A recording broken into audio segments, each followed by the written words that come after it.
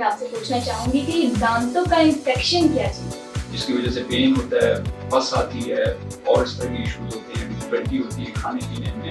तो डॉक्टर साहब का ये पेनफुल है कि जो मसूड़ों से खून आता है, इसकी क्या वजह है और इसको हम कैसे स्टॉप कर सकते हैं? और ये जो टूथब्रश है, इसको सही से किस तरह इस्तेमाल करें, इसका बेस्ट वे क्या है? तो डॉक्टर साहब ये बताएं कि माउथ वॉश का क्या तरीका है, क्या इसको हमें रोजाना बेसिस पर यूज? अस्सलाम वालेकुम नाजरीन, देसी टीवी यूएसए और DTV NN के साथ मैं हूँ Rumaisa Qureshi. Programme gossips with Rumaisa में आप सबको खुशामदीद। उम्मीद करती हूँ कि आप सब ठीक ठाक होंगे, खुश आबाद होंगे।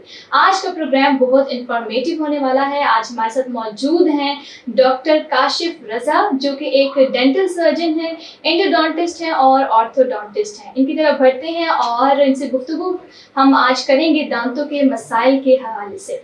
अस्सलाम वालेकुम डॉक्टर साहब, कैसे हैं आप? वालेकुम सलाम, मैं ठीक ठाक, आप ठीक हैं? बिल्कुल अल्हम्दुलिल्लाह। डॉक्टर साहब, सबसे पहले अपनी क्वालिफिकेशन और एक्सपीरियंस के बारे में बताइएगा। मैं BDS डेंटल सर्जन, मैंने एंडोडोंटिस्ट में सर्टिफिकेशंस की हुई हैं और ऑर्थोडोंटिक में सर्टिफिकेशन की हुई है। डॉक्टर साहब, आपका एक्सपीरियंस कितना है? मैंने 2019 में BDS कंप्लीट किया था और उसके बाद टिल नाउ मैं प्रैक्टिस में हूँ। Very great. डॉक्टर साहब, जो बड़ा मेन और कॉमन क्वेश्चन सबसे पहले मैं आपसे पूछना चाहूँगी कि दांतों का इन्फेक्शन क्या चीज़ है? दांतों के इन्फेक्शन ये एक मैं कहूँगा कि बहुत ही बड़ी वास्ट चीज़ है। एक्चुअली जो हमारा जिस अल्लाह ताला ने हमारा दांत कंस्ट्रक्ट किया होता है, इसकी ये 3 लेयर्स होती हैं। तो ये फर्स्ट एनामल लेयर होती है, सेकंड डेंटिन लेयर होती है और थर्ड पल्प चैम्बर होता है। तो जब आपके पल्प चैम्बर के साथ कोई कनेक्टिविटी आती है फॉरेन बॉडी की या कोई अनवांटेड चीज़ जो हमारी बॉडी नहीं एक्सेप्ट करती है, तो वो दांत के नीचे या दांत के अंदर इन्फेक्शन कॉज कर देती है, जिसकी वजह से पेन होता है, पस आती है और इस तरह के इश्यूज होते हैं, डिफिकल्टी होती है खाने पीने में।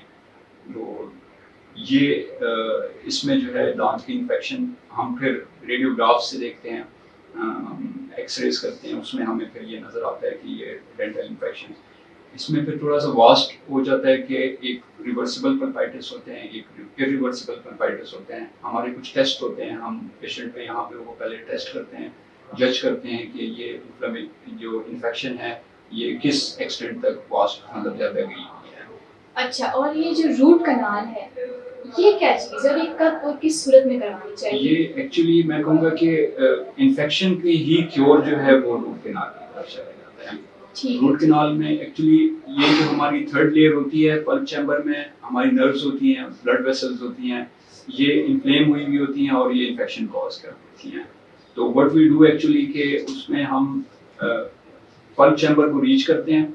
जो निक्रोटिक पल्प जितनी भी होती है, जितनी भी इन्फेक्टेड पल्प होती है, ये नर्व होती हैं, ब्लड वेसल जितनी भी इन्फेक्ट हुई होती हैं, उसको हम वहाँ से क्लीन आउट करते हैं, उसको निकाल देते हैं और उसकी जगह पे हम लोग फिलिंग्स फिल कर देते हैं। रूट के टिप्स तक उसकी फिलिंग्स जाती हैं और वो दोबारा इन्फेक्शन कॉज होने से रोक देती हैं। तो डॉक्टर साहब, क्या ये पेनफुल है? पेनफुल मैं तो बल्कि स्ट्रांगली अपने पेशेंट्स को ये कहता हूँ कि हमारे जितने भी ट्रीटमेंट्स होते हैं सब पेनलेस होते हैं। हम पेन में किसी पेशेंट का ट्रीटमेंट नहीं करते हैं, क्योंकि जब डॉक्टर कंसल्ट करता है पेशेंट से, पेशेंट जो है अगर डॉक्टर बता दें उनको कि अब आपका ये होगा, तो फिर इस चीज़ से भी बड़ा घबरा जाते हैं कि यार ये तो इसमें मुझे बहुत दर्द होने लगा है। Exactly. तो फिर उसका प्रोसीजर जो है वो स्टॉप कर देते हैं। तो इसमें आप क्या कहना चाहेंगे? प्रोसीजर स्टॉप करना तो मैं कहूँगा कि देयर आर सम चांसेस जिसमें हमें प्रोसीजर पे बहुत ही एक्सट्रीम पे अगर कोई इस तरह की सिचुएशन होती है तो हम प्रोसीजर स्टॉप करते हैं। अदरवाइज वी हैव यहाँ पे हमारी अपनी डेंटल रेमेडीज होती हैं, हम पेन को सब्सिडाइज कर देते हैं। क्योंकि कुछ पेशेंट जो है खुद फिर सेल्फ मेडिकेशन पर भी जो है ये मैं कहूँगा कि सेल्फ मेडिकेशन का एक हमें सबसे बड़ा डिसएडवांटेज ये आता है कि फिर जब वो अपनी सेल्फ मेडिकेशन लेके वो प्रॉब्लम तो वहीं का वहीं रहता है और जब उसके बाद फिर वो हमारे पास आते हैं तो हमारे लिए थोड़ा डिफिकल्ट हो जाता है इन अ सेंस कि जो मेडिसिन हमने उनको दे के एक स्लाइट रिलीफ देना होता है वो उन्होंने ऑलरेडी ली हुई होती हैं और उसके अगेंस्ट बॉडी की रेजिस्टेंस बन चुकी हुई होती है। फिर हमें थोड़ा सा स्लाइटली हायर डोजेस देनी पड़ जाती है उनको। तो ये self medication I would say कि बहुत लिमिटेड एक टाइम के लिए या एक दफ़ा के लिए 2 दफ़ा के लिए अगर बंदा लेना चाहे तो ले ले, अदरवाइज लॉन्ग रन में डेंटल ट्रीटमेंट्स की मेडिकेशंस खुद ना ले। बिल्कुल नाज़रीन, जो सेल्फ मेडिकेशन है एक हद तक करें, मखसूस लिमिट तक करें। अगर आपको नहीं आराम आ रहा तो काइंडली डॉक्टर से कंसल्ट करें, ये बहुत लाज़मी है। अच्छा डॉक्टर साहब मुझे बताइएगा कि पीरियोडोंटिक्स क्या चीज़ है? पेरियोडोंटिक्स मैं कहूँगा कि हमारी डेंटिस्ट्री की जितनी भी एडवांसमेंट आजकल चल रही है, ये डेंटिस्ट्री का एक सॉर्ट ऑफ मैं कहूँगा कि ये फ्यूचर है। तो अभी पेरियोडोंटिक्स एक्चुअली क्या है कि जो आपका दांत है और उसकी सराउंडिंग के आपके जितने भी टिश्यू है, सॉफ्ट टिश्यू है, हार्ड टिश्यू है, ये सब पेरियोडोंटिक्स है। आपके गम्स जितने हैं ये आपके पेरियोडोंटिक्स में आएंगे। आपकी जो सराउंडिंग बोन होती है, जॉ की बोन्स होती हैं, मैक्सिला बोन है, अपर लोअर बोन आती है आपकी, ये सब पेरियोडोंटिक्स। इवन कि जो अभी लेटेस्ट जितनी भी एडवांस टेक्नोलॉजीज आ रही हैं, इम्प्लांट्स हो गए, ये सब मतलब पेरियोडोंटिक्स में ही कवर हो रहे हैं। तो जितनी भी डेंटिस्ट्री एडवांस हो रही है डे बाय डे, ये सारी डेवलपमेंट पेरियोडोंटिक्स में होती हैं। ठीक है, ठीक है। अच्छा मुझे बताएं कि जो मसूड़ों से खून आता है, इसकी क्या वजह है और इसको हम कैसे स्टॉप कर सकते हैं? मसूड़ों से खून आना, ये मैं कहूँगा कि 2-3 इसकी रीजंस हो सकती हैं। एक तो केयरलेसनेस हो सकती है कि एक पेशेंट जो है अपने दांतों का ख्याल नहीं रख रहा, प्रॉपर ब्रशिंग नहीं कर रहे वो, और बाकी इस तरह अपने ओरल हाइजीन को उस तरह अच्छे से मेंटेन नहीं कर रहे हैं। एक ये रीज़न हो सकती है। कुछ हमारी बॉडी के साथ भी रिलेटेड, स्पेशली फीमेल्स में वाइल प्रेगनेंसी जो है उनका एक रेडनेस ऑफ गम्स आती है, उनको जिंजिवाइटिस होती है, ब्लीडिंग होती है उनके गम्स में, वो एक कंडीशनल है। उसकी भी खैर हम लोग पेशेंट को कुछ मेडिकेशन देते हैं, टॉपिकल कुछ जेल्स होती हैं वो देते हैं, उनसे उनको क्योर आ जाता है, लेकिन उसको हम एक सिचुएशन के साथ रिलेट करते हैं। और कुछ होते हैं कि जो एक बंदा अपनी केयरलेसनेस की वजह से एक उनके जो मसूड़ों में खून आ रहा है, ये प्रॉब्लम को कॉज कर रहे हैं, वो मोस्टली यही होता है कि वो अपनी ओरल हाइजीन का अच्छे से ख्याल नहीं रख रहे होते हैं, प्रॉपर ब्रशिंग नहीं कर रहे होते हैं, फ्लॉसिंग करनी चाहिए वो नहीं कर रहे होते हैं, उसकी वजह से ये है। एक दूसरी रीज़न ये भी हो सकती है कि विटामिन सी की डेफिशिएंसी होती है, उसमें स्कर्वी हो सकता है। तो स्कर्वी में भी आपके जो गम्स होते हैं वो बहुत ज़्यादा ब्लीडिंग कर रहे होते हैं। और हम फिर इसको क्योर कैसे कर सकते हैं? इसके क्योर के लिए आई वुड रिकमेंड कि आप खुद भी एक दफ़ा घर में हर बंदा अपने आप को देखे, दांतों की स्पेशली अंदर वाली साइड से, इसलिए कि अल्लाह ताला ने हमारे जो नॉर्मल स्लाइवा है, जो हमारा थूक है, उसमें कैल्शियम एक इंग्रेडिएंट है, उसमें एडेड है, और वो हमारे जो नॉर्मल मुंह का फ्लोरा है उसमें बैक्टीरियाज होते हैं। वो बैक्टीरियाज जब इस कैल्शियम के साथ एक कम्बिनेशन होती है तो वो एक हार्ड सब्सटेंस बनाते हैं कैलकुलस का, वो दांत के साथ स्टिक कर जाता है। तो वो एक पेशेंट अपने मुंह में खुद अंदर वाली साइड से देखिए येलो कलर के ना हार्ड सब्सटेंसेस लगे हुए होते हैं दांत के साथ। जब उनको फील हो कि ये अब इस तरह की सिचुएशन बनी हुई है तो उनको स्केलिंग पॉलिशिंग की तरफ जाना चाहिए। ये स्केलिंग, और ये मैं इस टॉपिक पर आने लगी थी, स्केलिंग क्या चीज़ है? क्या ये दांतों के लिए ठीक भी है कि नहीं? क्योंकि अक्सर पेशेंट कहते हैं स्केलिंग के बाद दांत हिलना शुरू हो गए, दांतों के जरे जो है वो बार बार मुंह में आ रहे हैं, तो ये सर ये क्या है डॉक्टर साहब, बताइए। अच्छा, ये बड़ा ही मैं कहूँगा कि हम लोग इधर पेशेंट भी आते हैं हमारे पास, तो उनके भी बड़े नॉर्मल कॉमन क्वेश्चन होते हैं कि स्केलिंग के बाद दांत हिल रहे हैं या दांत से इस तरह कोई पीसेस टूट रहे हैं। ये देखिए वो दांत के पीसेस नहीं होते, मैं अपने पेशेंट्स को भी यही बताता हूँ कि वो दांत के पीसेस नहीं होते हैं, वो एक्चुअली ये हार्ड डिपॉजिट्स होते हैं कैलकुलस के, जो एक अनवांटेड चीज़ है जो आपके दांत के साथ अटैच हुई है। अच्छा, और वो हम जो स्केलिंग करते हैं वहाँ से वो हम हटा देते हैं उसमें। अब जो दांत हिलने वाली बात आप कर रही हैं वो मैं कहूँगा कि ये अब जो ये डेंटिस्ट के जो डिवाइसेस होती हैं उस पर भी वेरी करता है। उन्होंने अगर इस तरह कोई लो स्टैंडर्ड डिवाइसेस रखी हुई होती हैं, उसमें वो वाइब्रेशंस इस तरह की होती हैं कि वो पेशेंट के पूरे दांत को वो बहुत ज़्यादा हिला देती हैं, उसकी वजह से पेशेंट को तकरीबन 1 हफ्ता या 10 दिन तक उनको दांतों में एक सेंसिटिविटी भी रहती है, पेन भी रहता है। वो एक्चुअली वो डिवाइस होती है कि जो डेंटिस्ट जो डिवाइस यूज़ कर रहे हैं वो डिवाइस लो स्टैंडर्ड की डिवाइस है। जो अच्छी डिवाइसेस हमें मिल रही हैं आजकल मार्केट में, उसमें उन्होंने सेंसर बिल्ड किए हुए होते हैं कि वो द मोमेंट आपके दांत के साथ टच होते हैं तो वो वाइब्रेशन स्टॉप कर देते हैं। वो सिर्फ वाइब्रेशन तब करते हैं जहाँ पे आपका कैलकुलस होता है या स्टेन होते हैं। हमारे पास भी यहाँ पे हमने अच्छी डिवाइसेस रखी हैं जिसमें हमारे तो स्केलिंग पॉलिशिंग के बाद पेशेंट सेंसिटिविटी की भी नहीं कंप्लेन करते हैं। इवन नेक्स्ट डे भी हम उनसे पूछते हैं तो कहते हैं कि हमें नहीं कोई सेंसेशन आ रही है, कोई सेंसिटिविटी वाली। ठीक ठीक। नॉर्मली कभी कभी हमें थोड़ा सा डीप जाना पड़ जाता है कैलकुलस हटाने के लिए, तो उस स्पॉट्स पे कुछ एक दिन के लिए या 2 दिन के लिए आपको सेंसिटिविटी फील होती है। एज अ जनरलाइज पूरा सेंसिटिविटी मैं कहूँगा कि राइट नाउ अगर हम 2023 में बैठे हैं और एक रिस्पॉन्सिबल डेंटिस्ट हैं, अच्छी डिवाइसेस यूज कर रहे हैं, तो ये इश्यूज अब पुराने हो गए, अब नहीं आते हैं ये वाले इश्यूज। अच्छा अच्छा अच्छा डॉक्टर साहब, ये फ्लोराइड जो है इसका हमारे दांतों की हिफाजत में क्या रोल है? फ्लोराइड आई वुड से कि इसका एक बहुत ही मेजर रोल है। ये हमारे एक नेचुरल मिनरल्स में से आता है, हमारे पानी में होता है, सॉल्ट में होता है, इस तरह खाने पीने की और चीज़ों में भी ये होता है। पहले ये 1 ppm तक जो इंटरनेशनल स्टैंडर्ड्स थे कि हमारी डेली उसमें ये 1 ppm तक का फ्लोराइड इंटेक जो है ये हर बंदे के लिए ज़रूरी है। लेकिन अभी जो राइट नाउ लेटेस्ट रिसर्च हुई है उसमें वो कहते हैं कि 0.7 ppm जो है आपका फ्लोराइड होनी चाहिए। एक्चुअली फ्लोराइड करता क्या है कि जो जितने भी हमारे दांत में कैविटी बन रही होती है, कीड़ा जो लग रहा होता है और दांत खराब हो रहा होता है, तो ये वही जो हमारी सुपरफिशियल लेयर होती है दांत की इनेमल वाली लेयर, इसमें डीमिनरलाइजेशन शुरू हुई भी होती है। बैक्टीरिया आके वहाँ पे इन्वेड किया होता है और वो बैक्टीरिया दांत को डैमेज कर रहे होते हैं। तो जब इनको हम फ्लोराइड ट्रीटमेंट देते हैं, वो डीमिनरलाइजेशन स्टॉप हो जाती है और वहाँ पे रीमिनरलाइजेशन शुरू हो जाती है। मतलब कि आपके जो इनेमल सरफेस है वहाँ पे जो इन्फेक्टेड पार्ट है वो रिक्योर हो जाता है, इसका एक वाइट कलर का स्पॉट बन जाता है। कोई मतलब अपने दांतों को इस तरह क्लोजली देखे तो कोई एक दांत पे ना हाईली इस तरह का वाइट स्पॉट बना होता है। ये वो स्पॉट्स होते हैं जो फ्लोराइड ट्रीटेड होते हैं इन द पास्ट, या टूथपेस्ट में या माउथ वॉश में, या उसकी वजह से रीमिनरलाइज हुआ होता है दांत, और वो दांत बिल्कुल अपनी जगह पे क्योर हो जाता है। तो फ्लोराइड हमारे जो दांतों में इसका बहुत इंपॉर्टेंट काम होता है। ये आपके दांत को एक्चुअली सेफ कर रहा होता है टू सम एक्सटेंट। अब बहुत डीप चला जाए तो फिर fluoride is also not going to work. अच्छा, मुझे बताएं कि ये जो मसूड़े में दांत जो गुम हो जाता है ये क्या है और इसकी फिर सर्जरी किस तरह से होती है? ये मैं कहूँगा कि आजकल ये बड़ा कॉमन है, स्पेशली एज में। ये तकरीबन 18 से 26-28 की जो एज है इसमें ये बहुत ज़्यादा होता है। हमारे नॉर्मली जो दांत निकल रहे होते हैं, रप्शन हो रही होती है, तो हमारे जो थर्ड मोलर है, विजडम भी हम उसको विजडम टीथ भी कहते हैं, और ये अकल दाढ़ जो होती है हमारी, जी जी जी। ये एक्चुअली एक जिस तरह हमारे नॉर्मल दांत ने ऊपर की तरफ या मतलब स्ट्रेट आना होता है,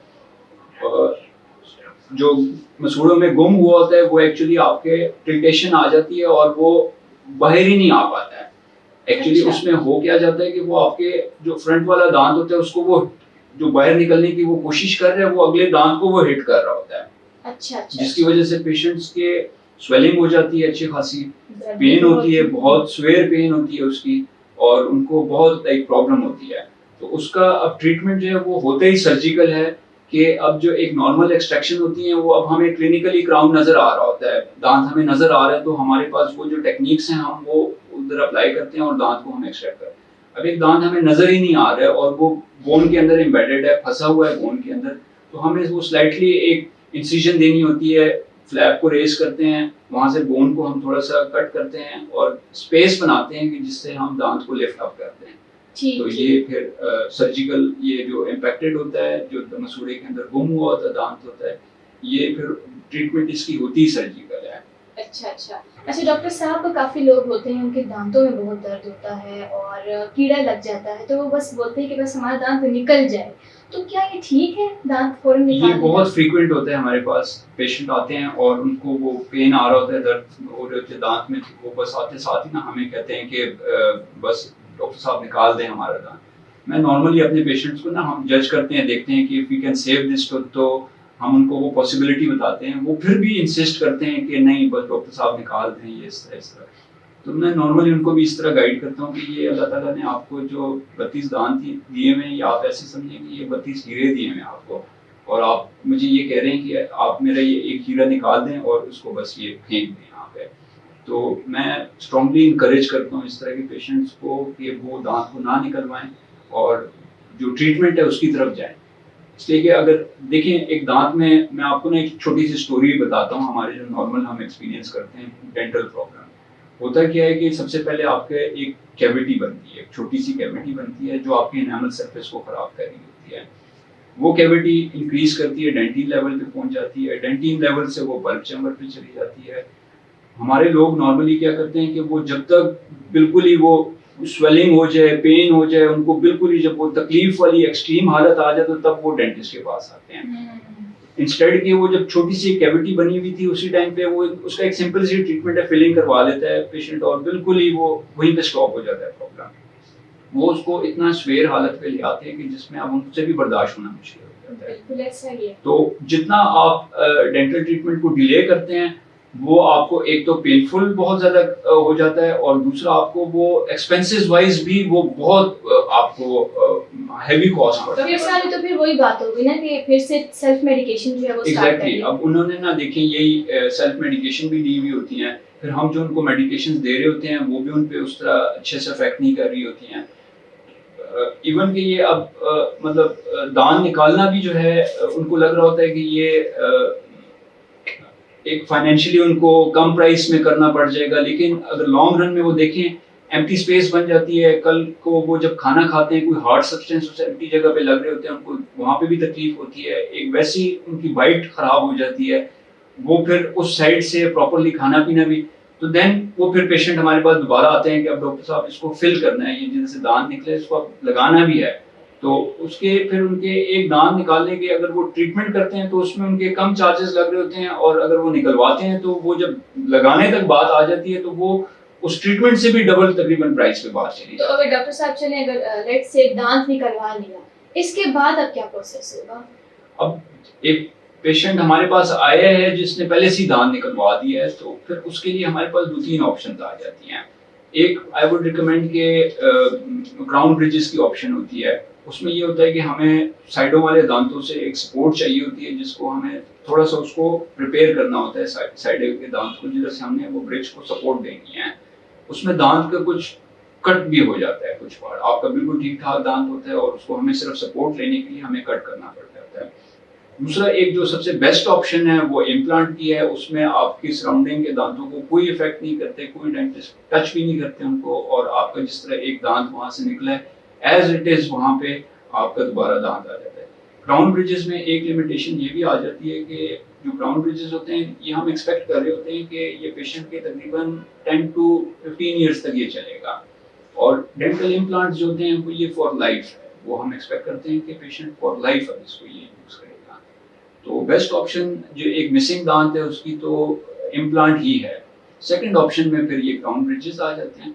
फिर एक थर्ड ऑप्शन डेंचर्स की भी होती है, लेकिन वो पेशेंट के लिए फिर बहुत टायरिंग होते हैं कि बार बार उतारना चढ़ाना उसको साफ करना, ये पेशेंट के लिए फिर बहुत। ये डेंचर्स क्या है? ये रिमूवेबल डेंचर्स होते हैं, जिस तरह ओल्ड पेशेंट्स होते हैं उनके हम फुल माउथ की वो आर्च के हम डेंचर्स बनाते हैं, इसी तरह एक दांत के भी डेंचर्स बनते हैं। लेकिन वो पेशेंट को बहुत मतलब अनकंफर्टेबल होते हैं। मोस्टली हमारे जितने भी पेशेंट होते हैं वो डिसलाइक करते हैं डेंचर्स को।